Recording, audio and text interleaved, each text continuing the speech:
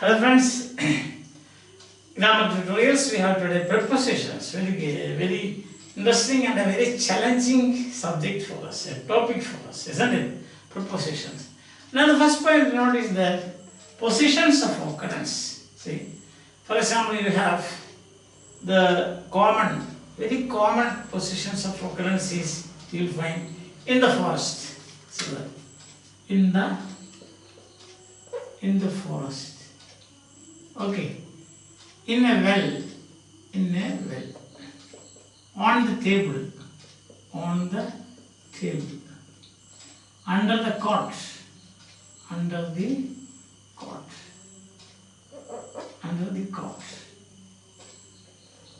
Then you have words like in a well, on the table, under the cot, then you have on the tree, on a tree, let's say, instead of this on the tree, on a tree, like that. So you have a well. In this case, what happens, you call this in grammar today prepositional phrase, that is PP, or is a prepositional phrase. Phrase means a group of words. So here, now why is it called a prepositional phrase? Because in a phrase there is a head word. Head word means the main word. So in this you will find the head is preposition. Head. And what about the rest? The object of the head word. And the object consists of either a definite article or an indefinite article. So this is the first position of occurrence of prepositions. That means in a prepositional phrase as the head word or the main word. He sat under a tree. She jumped over the hill, a small hill. The hill was very small. The monkey climbed on the tree. Isn't it? The monkey climbed on the tree. He fell in the well. He entered into the room. Understand? He went out of the room. She entered into the room. He went out of the room. Understand? Now again, don't bother about the meaning. I am just making sentences for you. And you can say, another is that here we have got in the forests. There are many monkeys in the forest. There are many animals in the forest. So there is one place of occurrence. That is in a prepositional phrase as the head word. Alright. Very good. Then the second one, you might have come across expressions like this. Stand for, decide on. Isn't it? Stand for, decide on, lying in, decide on, lying in, isn't it? Lying in, and then you have got tamper with,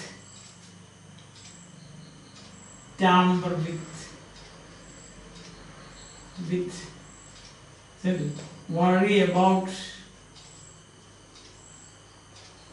angry with, angry at, angry about, isn't it? Right with, that's right. So angry with, angry at. Here what happens is that two words. First is a transitive verb and the second is a preposition. Now they have got the force or you can say they have got the meaning of one word. You cannot separate them, then the meaning changes. For example, when you say stand for, it means support. He is standing there for 1 hour. That is not a what you call a prepositional verb. That is not a prepositional verb. But he stands for a principle. That means he supports a principle. Decide on means choose. He has decided on the subject. He has made his decision. Understand? Lying in. If you say somebody is lying in that room, that is not a prepositional verb. They are two words but considered as one with a special meaning. That's the thing. And the first one is a transitive and the second is a preposition. Stand for, lying in. Tamper with evidence. Yes. Tamper with evidence means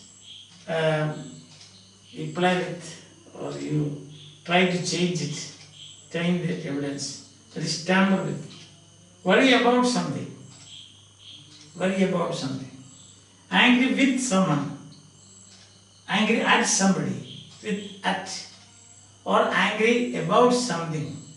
So this is a second place where you use prepositions. First is as a head of a prepositional phrase. Second is along with a transitive verb with a special meaning. You cannot separate them. They are like Siamese twins. You cannot separate them. Alright. For example, you say, I stand for my principle. She decided on the subject. He is lying in the book is lying in the library.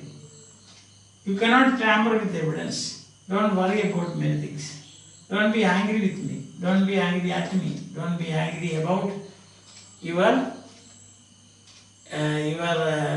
don't be angry about your weakness. Some people are angry about their weaknesses. So first is head of the prepositional phrase. Second is prepositional verbs. Now third is, today we will have one more. So first one we will see, first position is you have prepositional phrase. Send it. Prepositional phrase. There we have got preposition plus article, determiner we can say, or article, that is plus noun. Article can be definite or indefinite, the or a. Then second we have seen prepositional verbs, where we have here we have got example in the forest. That's clear. Prepositional verb means decide on, stand for, mad at somebody. Listen, mad at, model, no, mad. And then we have got third, now that's what we are going to see, adjective. Prepositional adjectives. Listen, we have got an adjective plus preposition. For example, sorry for. So you have other examples like afraid of. I am afraid of dogs. Capable of. He is capable of doing anything. Dependent on. Children are dependent on their parents. Disappointed with. I am disappointed with my friends. Disappointed about. He is disappointed about his research. Isn't it? Mad about or mad at. So you have got sorry for. Examples. Sorry for. Sorry for, afraid of. And then you have got Afraid of, then sorry for, afraid of. You have other examples I just now told you. What is that? Disappointed with this. Disappointed with. Disappointed with. And you have examples like mad about. Mad about. Mad about something. Mad at somebody. Mad at.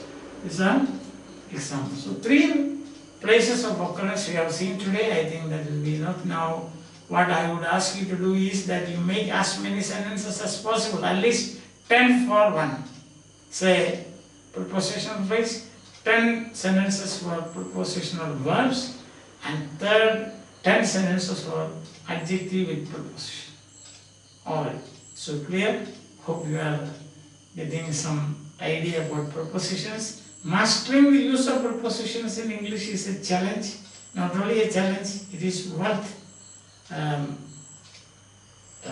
struggling. So do you think it is a struggle? I think it's a challenge.